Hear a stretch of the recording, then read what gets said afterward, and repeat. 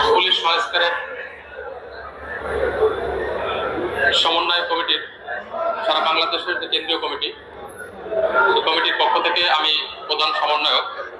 সকলের সম্মতিক্রমে আজকের আমি আমার বক্তব্য পার করতেছি। 1 নম্বর দাবি, বাংলাদেশ পুলিশকে যাতে রাজনৈতিকভাবে ব্যবহার করা না যায়, এজন্য স্বাধীন কমিশন পুলিশ বাহিনীকে সংস্কার করে দলীয় প্রভাব মুক্ত জনগণের কল্যাণে নিয়োজিত করতে হবে। আমরা যে রঙের ইউনিফর্ম পরিধান করে কলঙ্কিত হলাম, সেই পোশাকের রং পরিবর্তন করে কনস্টেবল থেকে আইজিবি পর্যন্ত একই ড্রেস কোড হতে হবে। আমাদের সকল পুলিশ সদস্য ও তাদের পরিবারের নিরাপত্তা নিশ্চিত করতে হবে এবং এর সাথে যে সকল সিনিয়র অফিসাররা ক্ষমতালোভী দালাল পুলিশ অফিসারদের কারণে আমাদের শত শত পুলিশ সদস্য সাধারণ ছাত্র জনতার মৃত্যুবরণ করেছেন, তাদেরকে গ্রেফতার করে অনতিবিলম্বে বাংলাদেশের প্রচলিত আইনে বিচার করতে হবে।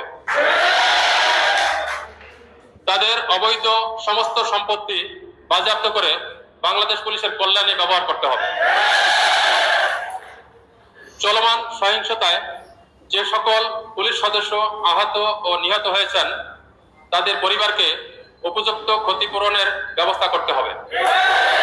যে সকল সদস্য দায়িত্ব পালন করতে গিয়ে জানমালের নিরাপত্তার জন্য আগ্নেয়াস্ত্র ব্যবহার করেছেন, তাদের বিরুদ্ধে কোনো প্রকারের বিভাগীয় ব্যবস্থা অথবা হয়রানি করা যাবে না।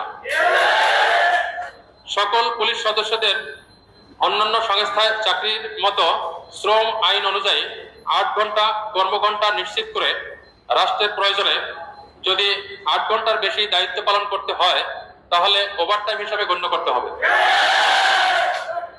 ইন্সপেক্টর থেকে 60% এবং 40% এএসপি পদে সরাসরি নিয়োগ দিতে হবে।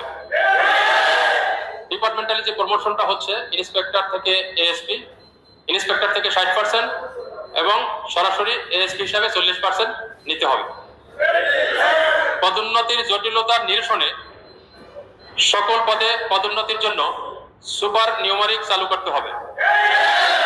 ন্যূনতম পুলিশ সুপার পর্যন্ত পদোন্নতির ব্যবস্থা করতে হবে। অধস্তন পুলিশ সদস্যদের টিএডিএ বিল যথাসময়ে প্রদান করতে হবে। সোর্স মানি, ঝুঁকি ভাতা এবং ফ্রেশ মানি সদস্যদের ব্যাংক হিসাবে দিতে হবে। আমাদের সকল সদস্য ও পরিবারের চিকিৎসা সেবা নিশ্চিত করতে হবে। পাশাপাশি ব্যক্তিগত চিকিৎসা করা হলে তার ভাউচার অনুসারে কল্যাণ তহবিল থেকে সম্পূর্ণ ক্ষতিপূরণ দিতে হবে। বিভাগীয় পদোন্নতির ক্ষেত্রে একবার পরীক্ষায় পাশ করার পরে পর্যায়ক্রমে পদোন্নতির ব্যবস্থা করতে হবে। অর্থাৎ কনস্টেবল থেকে এএসআই, এএসআই থেকে এসআই যতবার পাশ করার পরে প্রমোশন না হলে আবার পরীক্ষা দিতে হয়, যেটা একটা হয়রানি আমি মনে করি। আমরা সবাই এটা মনে করি, যার কারণে একবার পাশ করলে মেধাক্রম অনুযায়ী প্রমোশন হবে। অবস্থানদের পদোন্নতির বৃদ্ধি করতে প্রয়োজনে সুপার নিউমারিক পদ সৃজন করতে হবে। ওসি হিসাবে দায়িত্ব পালনের ক্ষেত্রে দলীয় বিবেচনায় বিভিন্ন কারণে যারা ওসিগিরি করেছেন, অনেক ইন্সপেক্টররা ওসিগিরি করার সুযোগ পায়নি। তাদের বয়স যদি 54 বছর শেষ হয়েও যায়, এক্ষেত্রে সেটা শিথিল করতে হবে। শিথিল করে বঞ্চিত ভালো অফিসারদের ওসি হিসাবে প্রদান করতে হবে। অধস্তন পুলিশ সদস্যদের সাথে পিআরবি অনুসারে সৌহার্দ্যপূর্ণ আচরণ করতে হবে। ব্যক্তিগত কাজে কোনো সদস্যকে ব্যবহার করা যাবে না। কনস্টেবল থেকে সকল পর্যায়ের অফিসারদের পোস্টিং বাণিজ্য বন্ধ করতে হবে। সার্জেন্ট এবং সাব ইন্সপেক্টরকে পিএসসির অধীনে একই নিয়োগের মাধ্যমে সকল ইউনিটে প্রদান করতে হবে। বর্তমানে কর্মরত সার্জেন্টদের তদন্ত ক্ষমতা দিতে হবে। এটিএসআইকে এএসআই নিরস্ত্র হিসাবে সমন্বয় করতে হবে। জনগণের স্বার্থে এবং সুষ্ঠু ট্রাফিক ব্যবস্থাপনা নিশ্চিত করার লক্ষ্যে ট্রাফিক বিভাগে অবৈধ রেকার বাণিজ্য বন্ধ করতে হবে। মামলার টার্গেট দেওয়া থেকে বিরত থাকতে হবে। কমিউনিটি ব্যাংক এবং সকল কল্যাণ তহবিলের সুস্পষ্ট হিসাব প্রতি বছর সকলকে প্রদান করতে হবে। লোনের ক্ষেত্রে কমিউনিটি ব্যাংক থেকে লোনের ক্ষেত্রে প্রয়োজনে ভর্তুকি দিয়ে হলেও সুদের পরিমাণ 6%-এর নিচে নামিয়ে আনতে হবে। নবম গ্রেড থেকে পদোন্নতি প্রাপ্ত হয়ে ষষ্ঠ গ্রেডে নিশ্চিত করতে হবে। একই পদে সর্বোচ্চ 6 বছরের মধ্যে পদোন্নতির ব্যবস্থা করতে হবে।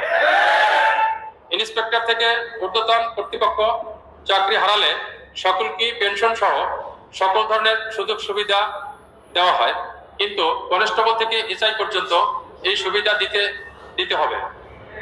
সারা বাংলাদেশে যে সকল সদস্যদের বরখাস্ত করে রাখা হয়েছে তাদেরকে মানবিক কারণে বিবেচনা করতে হবে।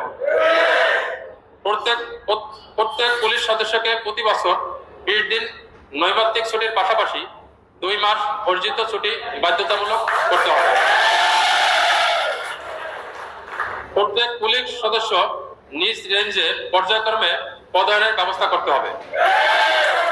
অধস্তন পুলিশ সদস্যদের 100% আবাসনের ব্যবস্থা নিশ্চিত করতে হবে। পুলিশের সকল সদস্য সকল ইউনিটে চাকরি করার সুযোগ দিতে হবে। স্বায়ত্তশাসিত এবং টেকনিক্যাল বলে কোনো ইউনিট থাকবে না। সবাইকে সব ইউনিটে বদলির সুযোগ থাকতে হবে।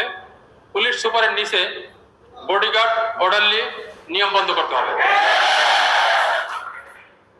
সকল দাবিগুলি আগামী 7 দিনের মধ্যে বাস্তবায়নের জন্য